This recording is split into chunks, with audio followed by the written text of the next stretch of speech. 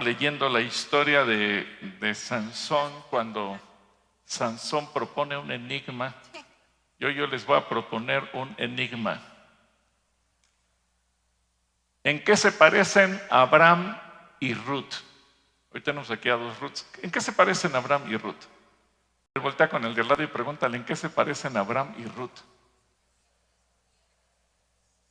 Ahora la segunda pregunta, ¿y en qué se parecen ellos a nosotros o nosotros a ellos? Y vamos a encontrar que hay muchas similitudes en ambos. Así que primeramente vamos a orar para que Dios nos hable. Señor, que tu Espíritu Santo sea en este lugar, encuentres libertad, también con la gente que está viendo este mensaje, en cualquier sistema, en cualquier red. Señor, que tu Espíritu Santo hable a todos nosotros y nos permitas entender tu palabra, pero sobre todo vivirla, aplicarla en nuestras vidas. En el nombre de Cristo Jesús, amén. Bueno, hablando de cambios, el Espíritu Santo muchas veces nos va a llevar a tomar decisiones y a tener cambios en nuestras propias vidas. Así que la pregunta es, ¿en qué se parecen Abraham y Ruth? Lo vamos a ir desglosando y muchas veces, así como ellos tuvieron que renunciar a una vida pasada, nosotros también tenemos que renunciar a una vida pasada, a una vida de pecado, una vida donde no conocíamos a nuestro Señor Jesucristo. En Ruth capítulo 1, versículo del 1 al 4, vamos a ir viendo diferentes situaciones en las vidas de estos dos personajes. Ruth 1 dice, aconteció en los días que gobernaban los jueces que hubo hambre en la tierra, y un varón de Belén de Judá fue a morar en los campos de qué? Moab. Él y su mujer y dos hijos suyos. El nombre de aquel varón era Elimelec y el de su mujer Noemí. Y los nombres de sus hijos eran Malón y Kelión, efrateos de Belén de Judá. Llegaron pues a los campos de Moab y se quedaron ahí. Y murió Elimelec, marido de Noemí, y quedó ella con sus dos hijos, los cuales tomaron para sí mujeres moabitas. El nombre de una era Orfa y el nombre de la otra Ruth. Y habitaron ahí, ¿cuánto tiempo? 10 años. Así que vamos a ir viendo el origen de ellos, pero también vamos a ver el origen nuestro, porque no solamente se trata de analizar la historia de los personajes, sino a veces de revisar nuestra propia historia. ¿Cuál era el origen de Ruth? Moab. Y Moab representa la carne. Moab fue hijo de Lot con una de sus hijas. Es decir, nació en producto de una relación incestuosa. Ustedes recuerdan que cuando Dios sacó a Lot con toda su familia de Sodoma, les dio la oportunidad de salir huyendo, pero bueno, la mujer de Lot volteó, se convirtió en una estatua de sal y finalmente Lot le pide al ángel que le dé oportunidad de escapar a un lugar y quedarse ahí. Y quedan de repente aislados. Así que no se les ocurre moverse a otro lugar. Y hay algo interesante. Dios los sacó a ellos de Sodoma. Pero ¿cuáles eran los pecados en Sodoma? Pues eran pecados de índole sexual, de índole moral. Pero Sodoma no salió del corazón de ellas.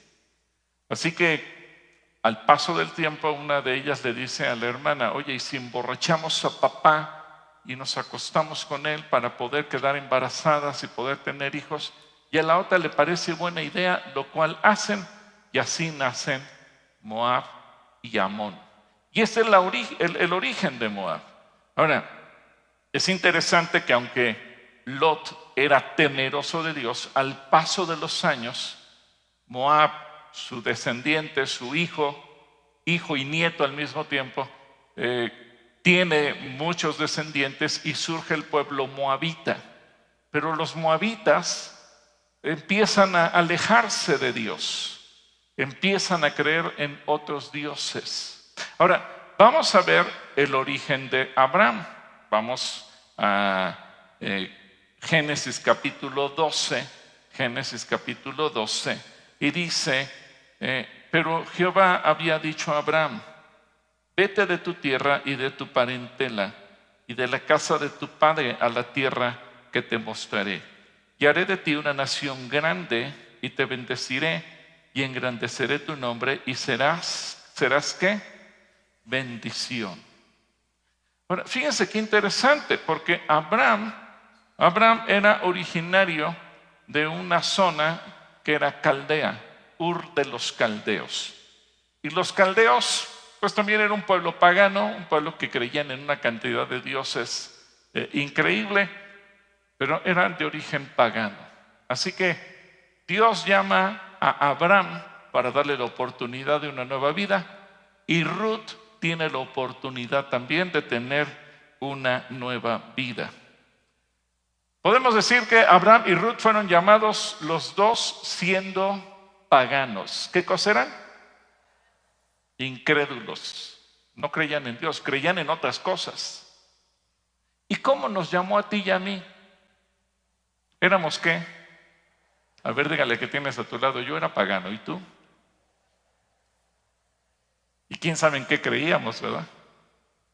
A lo mejor creías en el horóscopo, a lo mejor creías en colgarte cosas en el cuello o en las manos, a lo mejor creías en dioses y diosas. ¿En qué creías? Ahora, vamos a ver. Dios llamó a Abraham y le dijo, vamos a volver a leer este versículo. Vete ¿de dónde? De tu tierra. ¿Qué representa la tierra? El país. Y vamos a ir viendo ahorita lo que representa a detalle. Pero vete de tu tierra, de tu ciudad, de tu estado, de tu nación. Vete ¿de dónde más?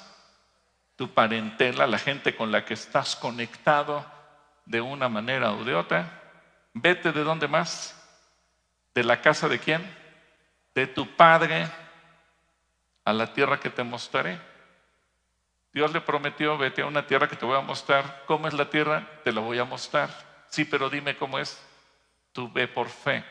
Abraham es un hombre de fe, porque Abraham fue a una tierra que no conocía, que jamás había visto, y fue y simplemente le creyó a Dios y decidió irse, sin haber visto previamente esa tierra. Ahora, ¿qué pasó con Ruth?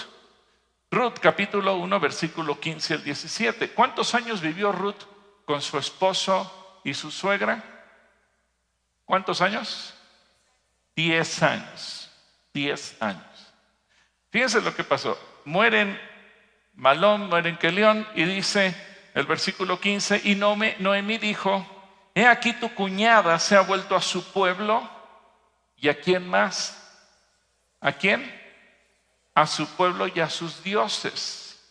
Es decir, Orfa, la otra nuera de Noemí, pues sí, se casó con uno de los hijos y seguramente comenzó a conocer a Dios según las costumbres que ellos tenían como creyentes en Dios. Pero cuando queda viuda, le dice adiós a Dios. Ya no voy a creer más en el Dios de Israel.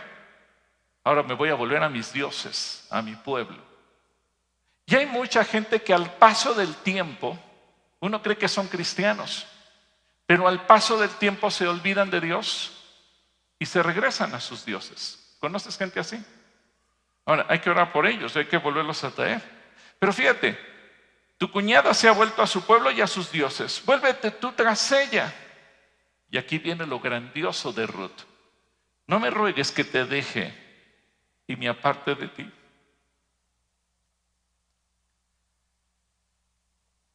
Porque a donde quiera que tú fueres, iré yo. ¿Qué le había dicho Dios a Abraham? Vete a la tierra que te voy a mostrar. ¿Y qué dice Ruth? A la tierra que tú vayas, iré yo. Y donde quiera que vivieres, viviré. ¿Tu pueblo será qué? ¿Qué le había dicho Dios a Abraham? De ti voy a hacer una gran nación. ¿Y ahora qué dice Ruth? ese pueblo tuyo, ese pueblo de Abraham, va a ser mi pueblo. Y tu Dios, mi Dios. Qué hermosa conversión. Tu Dios será mi Dios. Ella se olvida de sus dioses.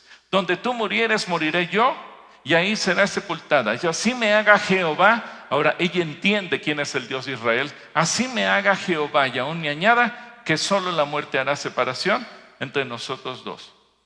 Seguramente algo vio en su marido, algo vio en su suegra, para haber decidido cambiar de esa manera. Esos 10 años no pasaron en balde de la vida de Ruth. Abraham recibió la orden de dejar su tierra, su parentela. Ruth voluntariamente decidió dejar su tierra y su parentela y hacer la tierra de Israel su propia tierra, hacer a la familia de Noemí su propia familia.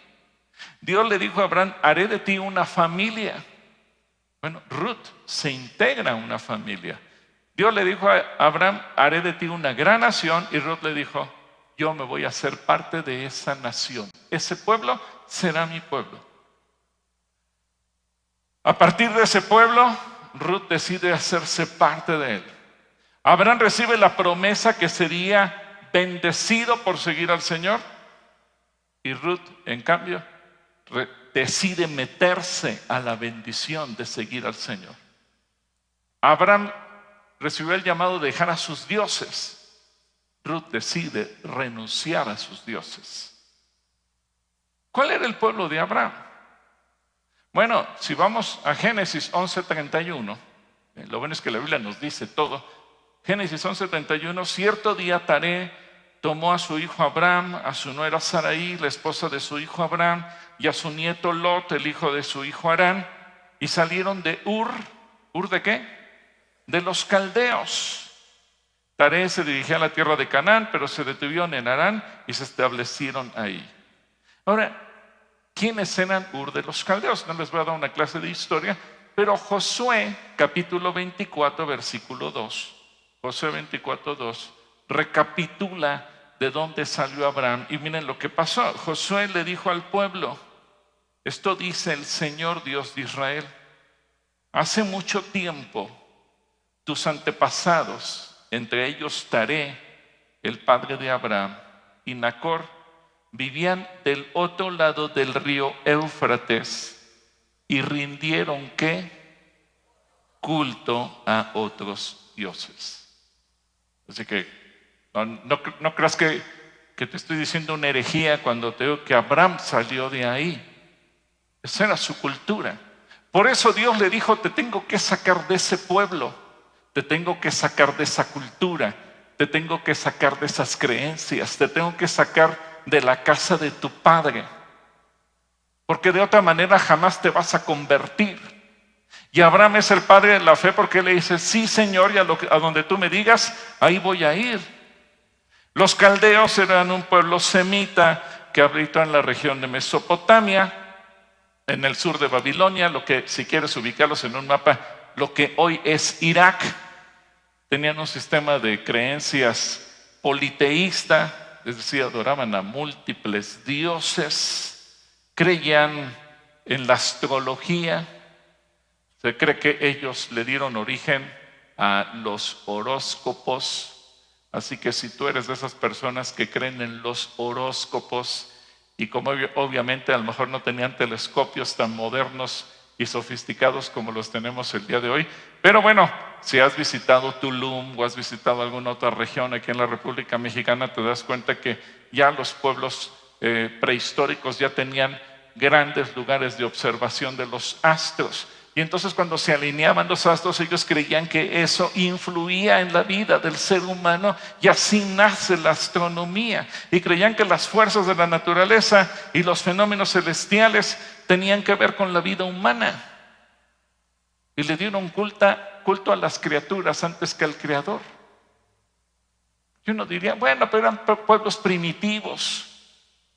No, espérame, hoy, en pleno siglo XXI, hay mucha gente que lo primero que hace cuando despierta es consultar su horóscopo. No te va a pedir que levantes tu mano.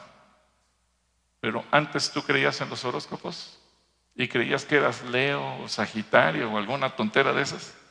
Bueno, creían que los movimientos de los planetas y las estrellas y el sol y la luna estaban conectados con nosotros.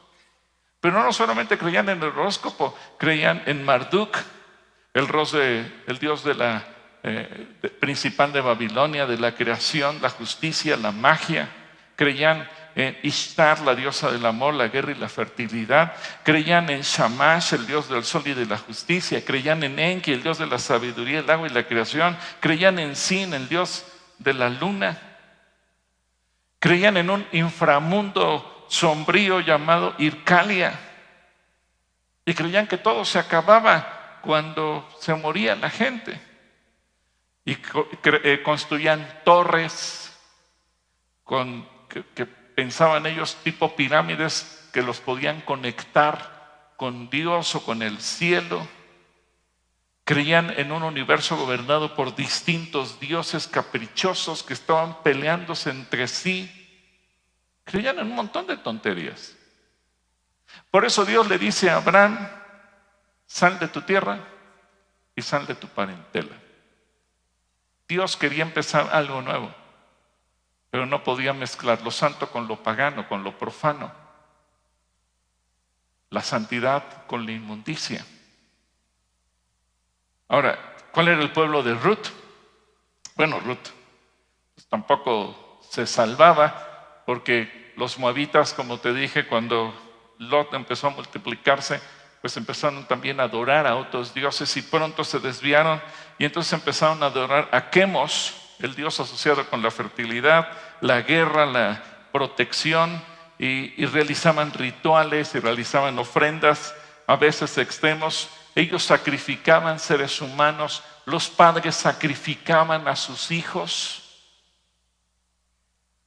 los asesinaban para agradar a los dioses. Y otra vez, no estamos muy lejos de eso, porque hoy vemos que incluso se quiere instaurar como una ley el aborto, menospreciando la vida humana y llevando a una mujer a menospreciar la vida de sus propios hijos. ¿Te das cuenta, como dice Eclesiastés, que no hay nada nuevo bajo el sol? Porque lo que creían los seres humanos hace miles de años y que uno pensaría, pues estaban muy primitivos. Bueno, eso mismo creen los seres humanos el día de hoy. Se les asociaba con el monte Nebo como un lugar donde ellos ofrecían sacrificios. Creían en Baal, un dios que se menciona mucho en el Antiguo Testamento, el dios de la agricultura y de la fertilidad, y que también era adorado por muchos otros pueblos de Oriente Medio. Y creían en Aserá, una diosa de la fertilidad y la maternidad, y también creían en dioses astrales, entre ellos la luna y el sol. Y no es nada extraño, simplemente nuestros vecinos aquí de Teotihuacán, de este lado del mundo, pues también creían en eso y muchos sacrificios más. Así que su estilo de vida estaba profundamente influenciado por el entorno donde vivían y practicaban toda clase de actos de inmoralidad. Como dice Romanos 12:2, no adopten las costumbres de este mundo, sino transfórmense por medio de la renovación de su mente para que comprueben cuál es la voluntad de Dios, lo que es bueno, agradable y perfecto. ¿Por qué Dios nos dice eso? Bueno, porque de acuerdo a la sociedad, a la cultura, al medio ambiente en donde nos movemos, es que la gente decide hacer determinadas cosas. Son los estilos de vida que tenemos. Por eso en Romanos dice, no te adoptes al mundo. Que la cultura que te rodea no te haga vivir así. Para Abraham era salirse de la tierra para establecer un nuevo pueblo. Para Ruth era dejar esa tierra para unirse a un pueblo que ella sabía que adoraba al Dios Todopoderoso. El discernimiento que tiene Ruth. Pero nosotros, tú y yo, no vamos a dejar México para irnos a vivir a otro lugar. Vivimos en un país, en medio de una sociedad, pero ahora Dios nos dice, como a ti no te va a decir, vete de México, El Señor te dice, no adoptes sus costumbres, no adoptes su fe, no adoptes lo que ellos están haciendo. Los moabitas, por ejemplo, adoraban a los muertos. ¿Qué hace México? ¿Qué hacen los mexicanos? Adoran a los muertos. Y lo hacen en dos maneras. Tú te das cuenta que una de las principales festividades que se celebra en nuestro país, ¿cuándo es? El Día de los Muertos. Y se les presentan ofrendas a los muertos. Ay, hermano, pero ¿qué tiene de malo? Es tan solo cultura. Por eso Dios te dice, deja eso. No lo hagas parte de tu vida. ¿Y cuánta gente mezcla su religión con la adoración a la muerte? Y se le conoce como la Santa Muerte para darle un estatus. Y curiosamente, ¿verdad? Ahora que descubrieron ese campo de exterminio en Jalisco, ¿qué encontraron dentro del campo de exterminio? Altares a la muerte. ¿Te das cuenta que Satanás siempre conecta creencias con culturas y con determinados actos?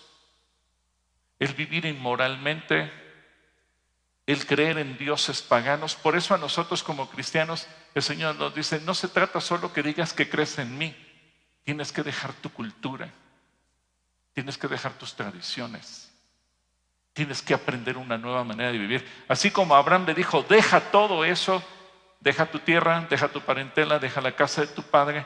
Es decir, todo lo que ellos te enseñaron, a Dios ahora nos lo dice de la misma manera, solo que nos dice que eso no te contamine.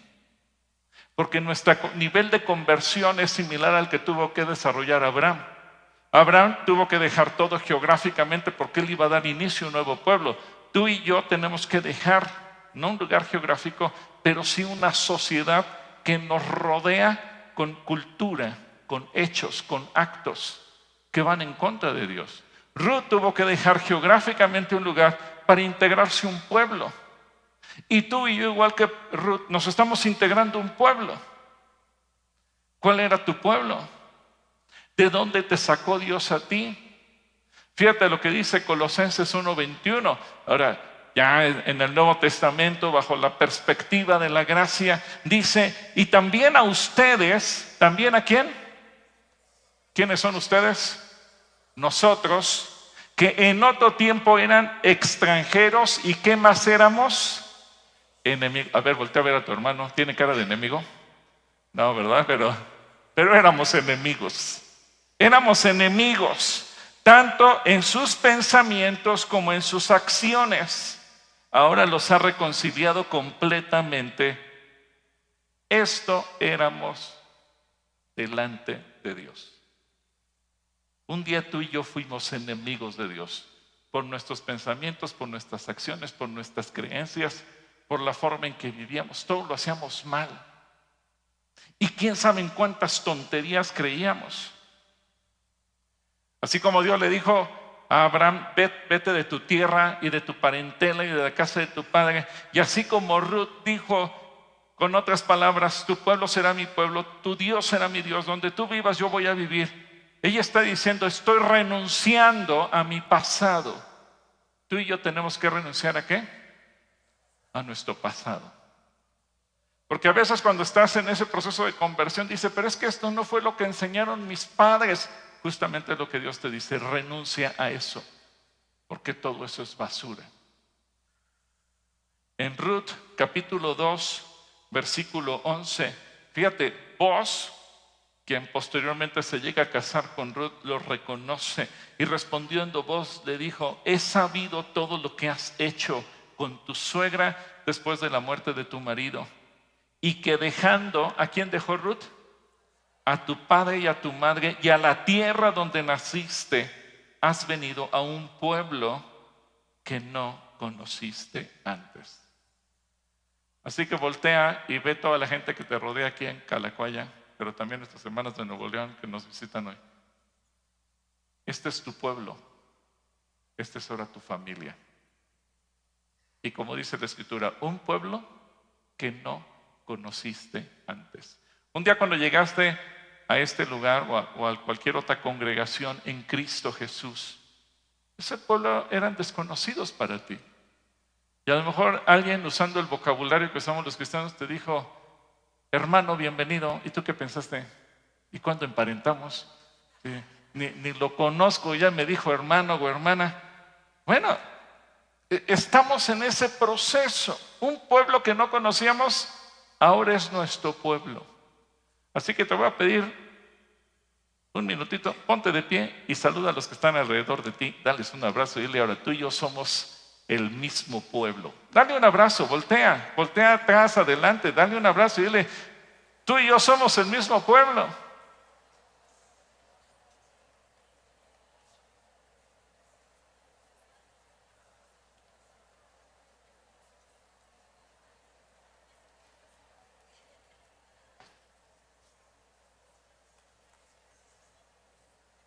Qué bonito es saber que ahora somos parte de un mismo pueblo, ¿verdad?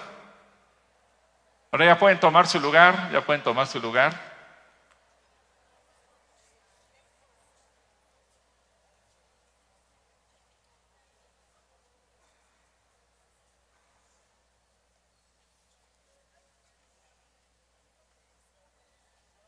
Un pueblo que antes no conociste y que ahora es tu pueblo.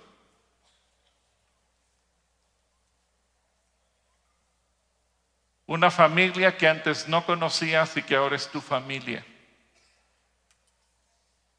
Personas que conocen igual que tú y estamos conociendo al mismo Dios, que entendemos que Cristo Jesús murió por nuestros pecados, que no vamos a ser salvos porque seamos perfectos, sino que vamos a ser salvos porque Cristo Jesús derramó su sangre preciosa en la cruz a favor de todos nosotros, más los que se van a seguir integrando.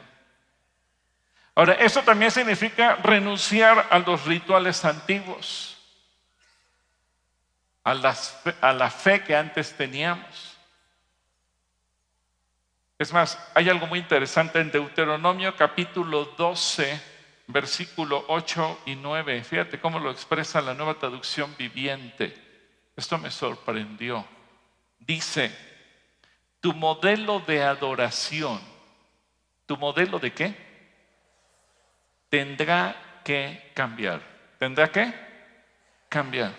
Ahora cada uno hace lo que quiere, porque aún no has llegado al lugar de descanso, a la tierra que el Señor tu Dios te da como preciada posesión. Es decir, no tomes como referencia lo que la gente del mundo hace. Tú tienes que hacer las cosas de acuerdo a lo que Dios dice. Y a veces ese es un choque. Pero ¿por qué toda la gente afuera hace lo que quiere y está bien? ¿Y quién te dijo que está bien? Está bien según el mundo, pero cuando pasamos el filtro de la palabra de Dios, resulta que está mal. Así que tu modelo de adoración tiene que cambiar. Y eso nos conflictúa en el cerebro, en la mente, porque a veces nosotros queremos adaptar el mundo a la iglesia. Y no, así no son las cosas. La cosa es, tú y yo no tenemos que adaptar nada del mundo a la iglesia o la iglesia al mundo. Tú y yo tenemos que cambiar nuestra manera de vivir y nuestra manera de pensar de acuerdo a la Biblia. Deja atrás tu tierra, tiene que ver con la cultura, tradiciones, costumbres, amistades, lo que ellos hacen. El pecado y las ocasiones de pecado. Por ejemplo, la Biblia dice, hay de los que a lo malo llaman bueno y a lo bueno malo. Si tú te dejas guiar por lo que dice la sociedad tiene una escala de valores donde hay cosas buenas y malas. Y lo que el mundo dice que está bien, la Biblia dice que está mal. Así que choca. Por eso es que tenemos que cambiar. Y tú y yo tenemos que abandonar. Y tiene que ver muchas veces con las malas compañías, la gente que influye sobre ti.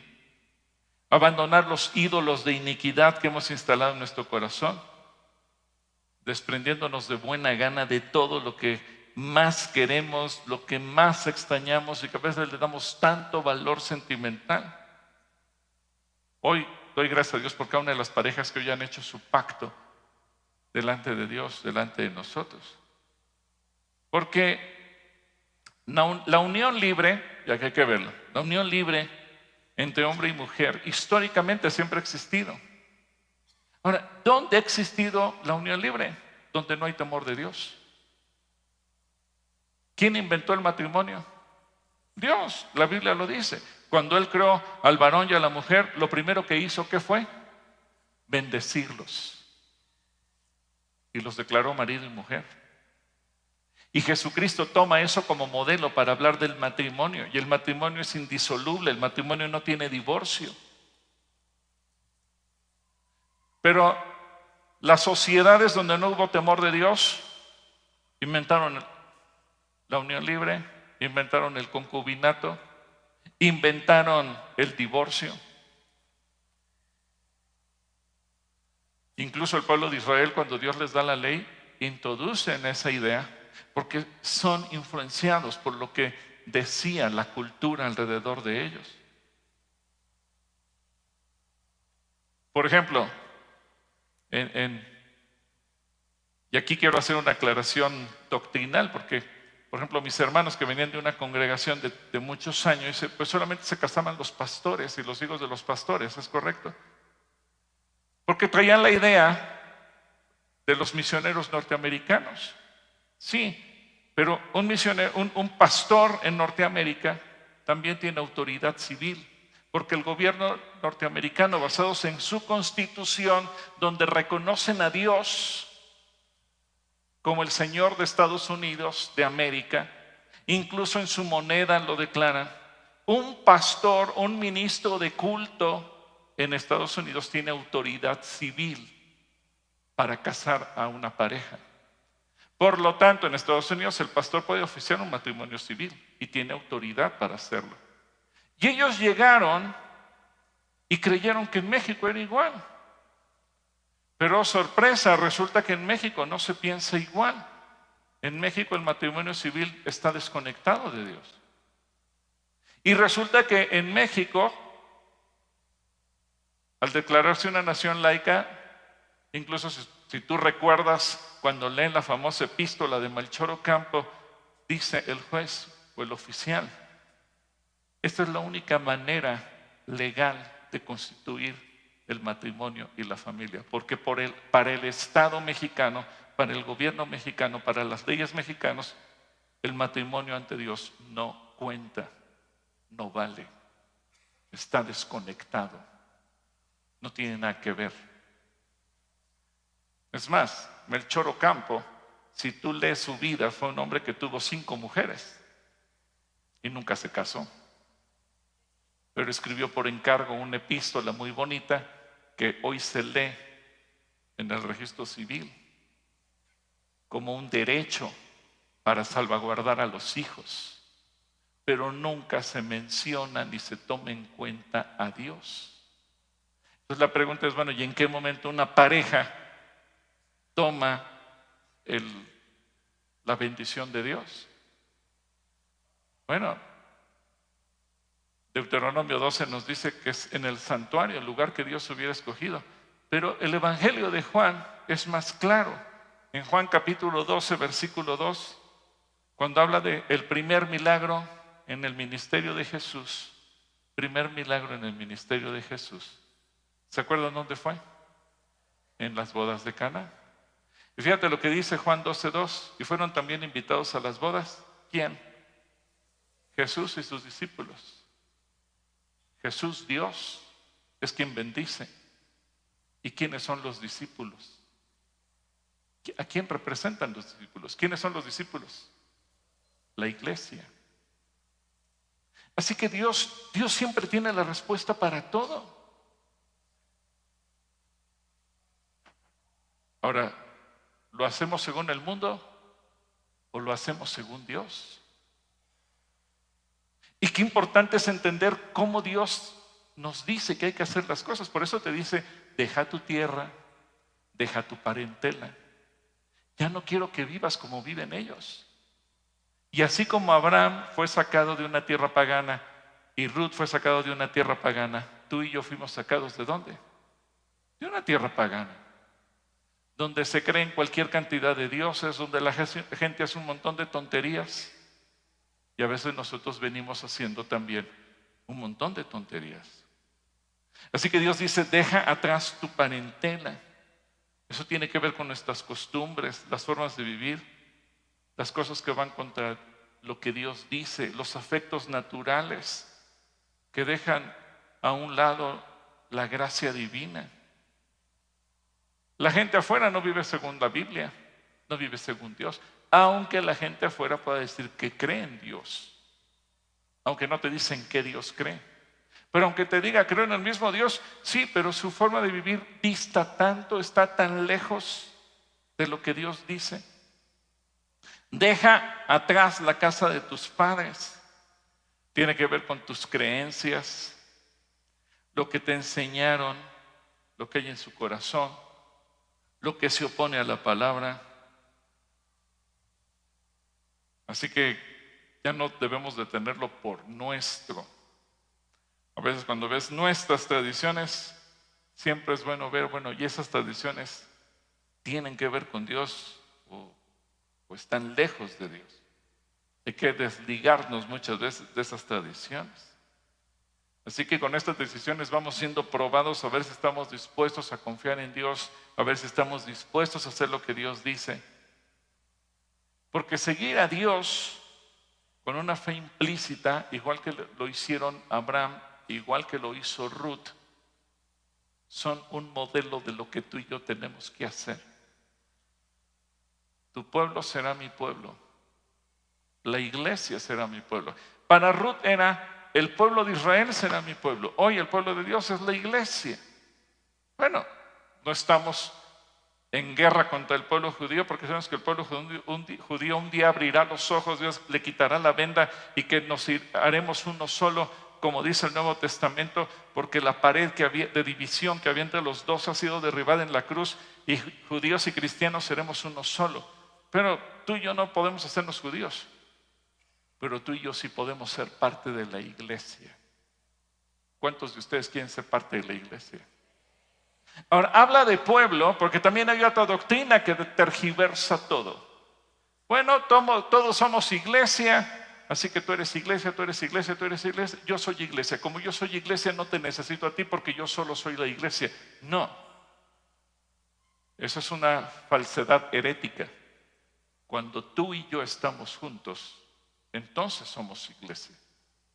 Por eso Jesucristo dice que donde estuvieran 2 o 3 reunidos en su nombre, ahí estará Él en medio de nosotros. Y cuando habla de pueblo, está hablando de cuando nos reunimos los creyentes en Él.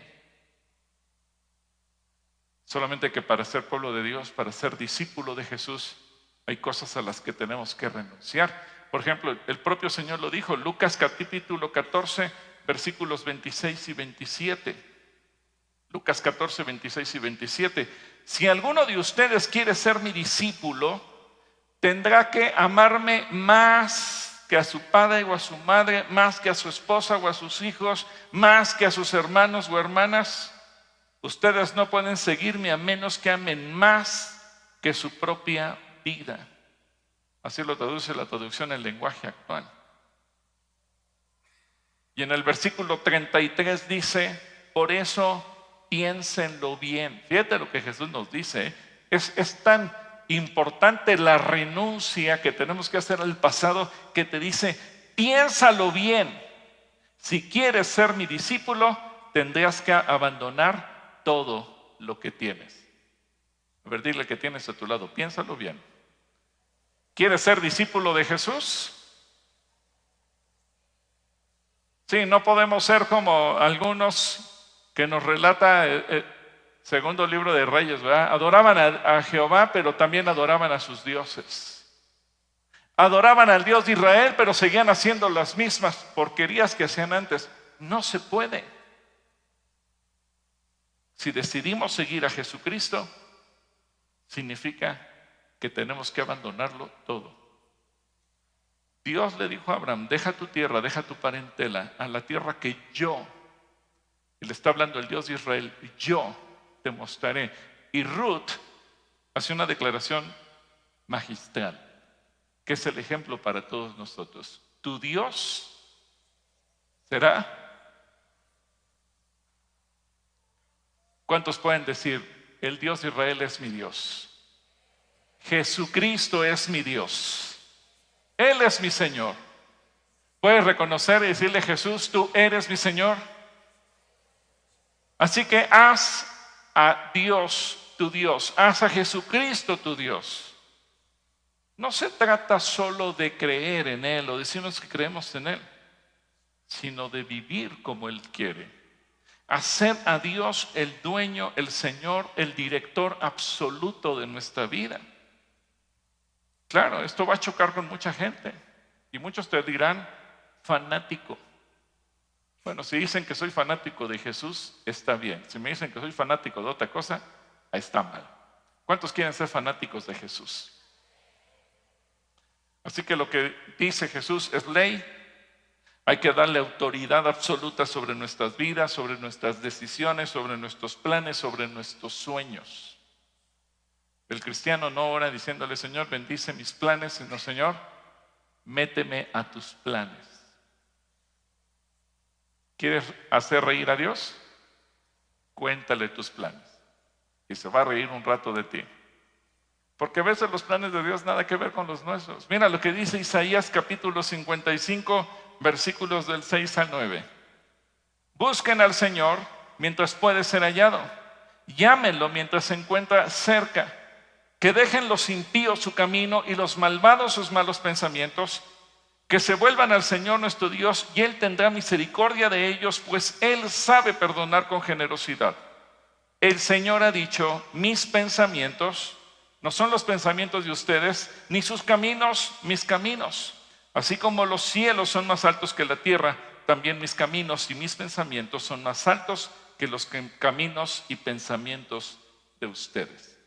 Así que tienes que decirle, Señor, renuncio a mis planes, renuncio a mis sueños para sujetarme a los tuyos. ¿Cuántos le pueden decir, Señor, yo quiero renunciar? Yo renuncio a lo mío para sujetarme a lo tuyo. Haz del pueblo de Dios tu propio pueblo. Eso nos habla de identidad. Porque no eres un individuo aislado. No eres un santo independiente. No eres un llanero solitario de la fe. Tú y yo nos necesitamos y necesitamos al resto del cuerpo de Cristo en donde quiera que se encuentre, en México o en el mundo entero. No somos únicos. No somos la única congregación. Nos necesitamos todos. Primera de Pedro 2:10, fíjate lo que nos recuerda el Señor en Primera de Pedro 2:10, dice, antes ustedes no eran un pueblo, pero ahora, ¿qué cosa? Son el pueblo de Dios. Antes no habían sido compadecidos, pero ahora ya han sido compadecidos. Antes tú y yo no éramos parte de la iglesia, ahora somos parte de la iglesia. No somos la iglesia por sí solos, somos parte de la iglesia. Yo solo no soy el pueblo de Dios, soy parte del pueblo de Dios. Pero Dios tiene su pueblo en diferentes lugares, en diferentes congregaciones, prácticamente todo el mundo. Por eso nos duele ver las noticias donde los cristianos en Siria están siendo perseguidos y asesinados solo por creer en Jesús. Y aunque estén a miles de kilómetros de distancia, sí, pero son mis hermanos, son parte de mi pueblo. Tengo que orar por ellos. En Romanos capítulo 9, versículo 24 al 26, Romanos 9, 24 al 26 dice, y nosotros estamos entre los que Él eligió, ya sea del grupo de los judíos o de los gentiles. Qué bonito esto, ¿va? Ya sea de los judíos o de los gentiles. Con respecto a los gentiles, Dios dice en la profecía de Oseas, a los que no eran mi pueblo, ahora los llamaré mi pueblo. Y amaré a los que antes no amaba. Fíjate, antes Dios no nos amaba y ahora ya nos ama.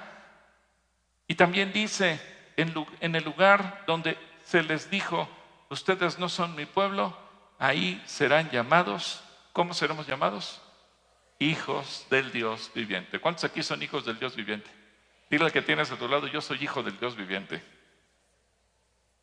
Yo no sé tú, pero yo sí. Así que la iglesia está conformada por los discípulos del Señor Jesús. Y tú y yo somos parte de esa iglesia. Y concluyo con esto. ¿Cómo premió Dios a Abraham? ¿Cómo premió Dios a Abraham? Abraham le dio origen al pueblo de Israel. Abraham le dio origen al pueblo a través del cual Cristo Jesús vino a la tierra. Abraham, el patriarca, es el padre de la fe. Abraham le dio la apertura para que Jesús pudiera venir. Y qué bonito cuando Jesús se refiere a Abraham. En Mateo 22:32, cuando había esa discusión teológica entre los que si se va a casar la gente muerta en el cielo. Bueno, Mateo 22:32, Jesús lo cita de esta manera. Yo soy el Dios de ¿quién? De Abraham, de Isaac y de Jacob. Dios no es Dios de muertos, sino de vivos. Fíjense el lugar que se ganó Abraham para que Jesús lo ponga como ejemplo y como referencia para todos los creyentes, como el Dios de los vivos. ¿Cómo premió Dios a Ruth? Bueno, Ruth, siendo una mujer moabita, gentil, que no era judía, cuando toma la decisión, tu pueblo será mi pueblo, Dios se lo tomó tan en serio que le insertó en la genealogía de Jesús.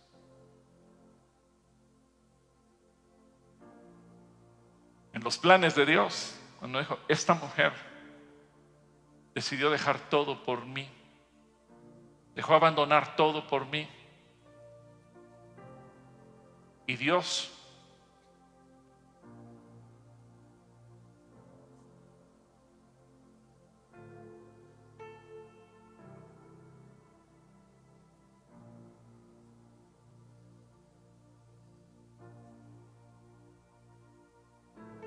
podemos decir, honró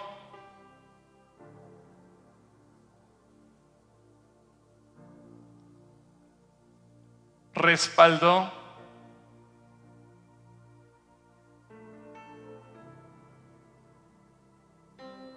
la fe de Ruth, que decidió meterla no solo en el pueblo, sino en la genealogía de Jesús.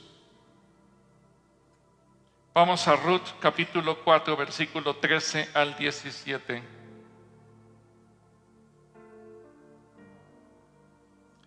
Dice, Booz pues tomó a Ruth y ella fue su mujer y se llegó a ella y Jehová le dio que concibiese y diese a luz un hijo.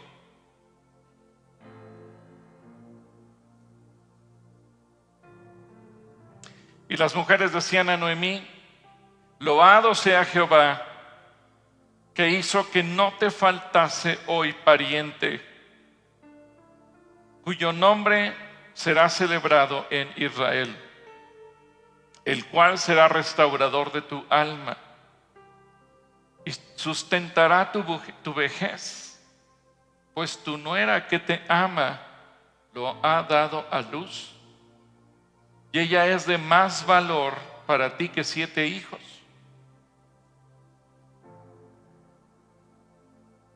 Y tomando Noemí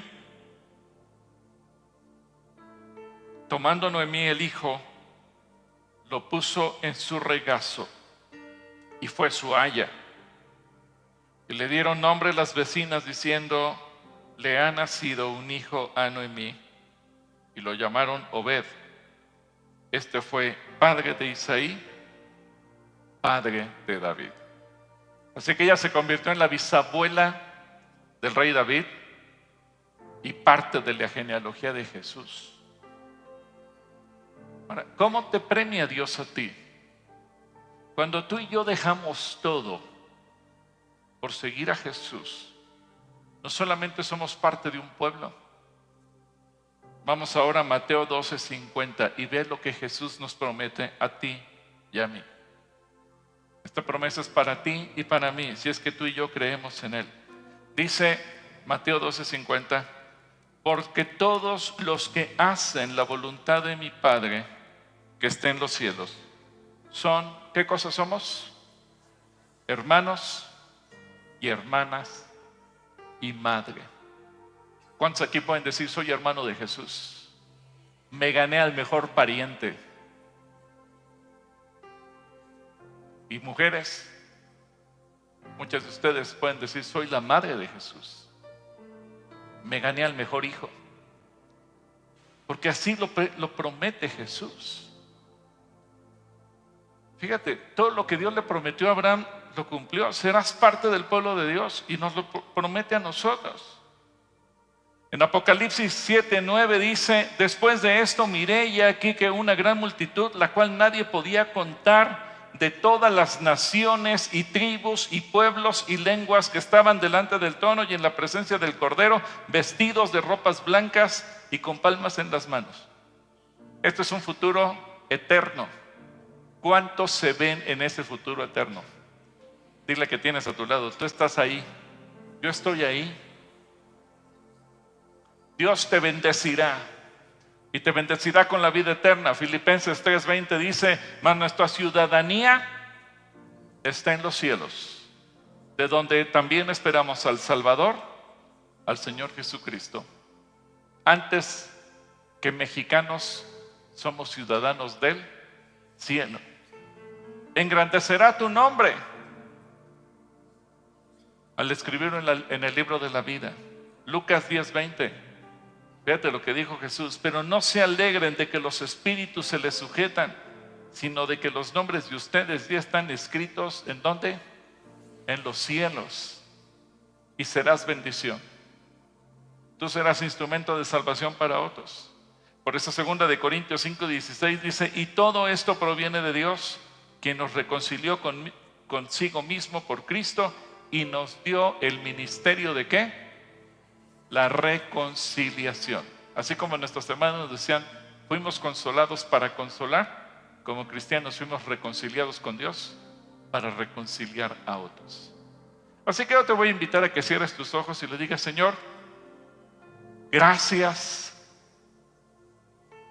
porque tú me retas esta tarde, tú me desafías a dejar atrás mi tierra, mi parentela, la casa de mi padre. Me desafías a dejar un estilo de vida pagano, inútil, quizás lleno de tradiciones y de costumbres que a ti no te agradan. Me desafías a dejar creencias que no tienen nada que ver con tu palabra. Me desafías a dejar lo que el mundo, la sociedad estila hacer.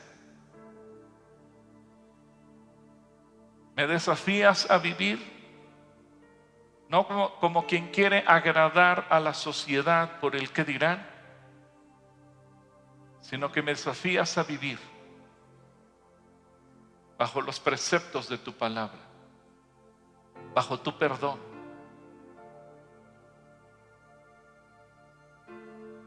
Señor, esas promesas las queremos hacer nuestras. Y queremos vivir de acuerdo a tu voluntad, en el nombre de Jesús. Y así como estamos con nuestros ojos cerrados, yo quiero invitar, porque seguramente hay personas que hoy nos visitan por vez primera. Y a lo mejor tú traes una religión, costumbres, ideas. Hoy el Señor te hace a ti un llamado. Deja atrás tu tierra, tu parentela. Y cree en el Señor Jesucristo y serás salvo tú y tu casa. Solamente que Jesús, así como Abraham tomó una decisión, así como Ruth tomó una decisión, nosotros tenemos que tomar una decisión y reconocer públicamente que le entregamos nuestra vida a Cristo Jesús, que le abrimos nuestro corazón a Él para que Él pueda venir a vivir por nosotros, Cristo murió en la cruz por ti y lo hizo público. Ahora Él espera que tú decidas creer en Él y entregarle tu vida, pero de la misma manera que lo hagas público. Jesús dijo que aquel que lo confiese delante de los hombres, también Él, Jesús, lo confesará delante de los ángeles de Dios. Pero aquel que se avergüence de reconocer públicamente a Jesús, también Jesús se avergonzará de él delante de Dios. Así que si tú nunca has invitado a Jesús a tu corazón públicamente, yo te invito a que hoy tú le digas: Señor Jesús, yo quiero que tú seas mi Dios, que tu pueblo sea mi pueblo y yo pueda vivir contigo dentro de mi corazón. Si hay alguna persona en esa condición, yo le invito a ponerse de pie para orar por ti, sea que estés arriba o que estés abajo, y le diga: Señor Jesús, ven a mi corazón. ¿Habrá alguien en esta hora que tome la decisión, abajo o arriba, y que tú le digas: Señor Jesús,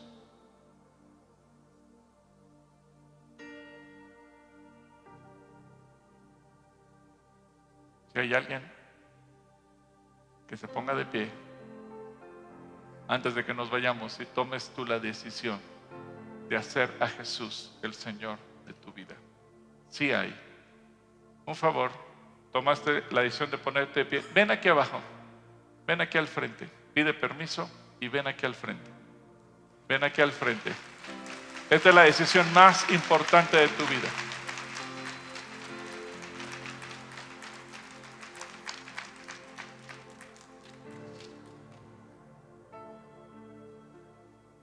Vamos a esperar solamente unos instantes para que quien se puso de pie pueda venir aquí al frente y juntos podamos orar con las personas que hoy tomarán esta decisión, la más importante de nuestras vidas.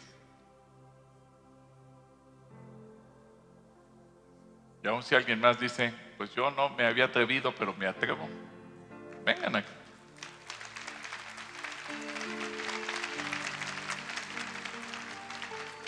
¿Cuál es tu nombre? José. Dios te bendiga, José. Tú eres hijo de pastor, pero hoy Dios te trajo como el hijo pródigo. Gracias a Dios. José era hijo de pastor y hoy está regresando a los pies de Cristo. Gloria a Dios. ¿Tu nombre? José Manuel. Dios te bendiga, José Manuel. ¿Tu nombre? Samantha. Dios te bendiga. Están José, José Manuel, Samantha. ¿Habrá alguien más que diga: yo también quiero? Sí hay, gracias a Dios. ¿Tu nombre es? Tabata. Dios te bendiga, Tabata. ¿Tu nombre es? Maribel. Dios te bendiga, Maribel. ¿Y tú? Fabricio. Gracias a Dios, porque hay muchos Abraham y muchas Ruth hoy con nosotros. ¿Tu nombre es? Eliana. Dios te bendiga, Eliana.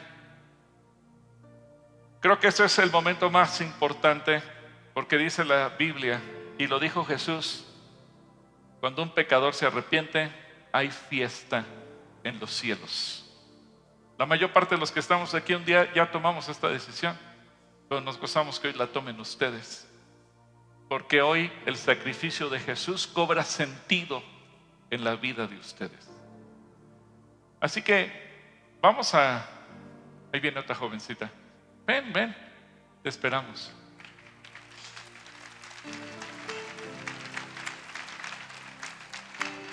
¿Cuál es tu nombre? Abigail. Dios te bendiga, Abigail. Así como estamos, yo les voy a invitar a que cierren sus ojos. Olvídense de toda la gente que está detrás de ustedes y solamente tomen en cuenta una cosa: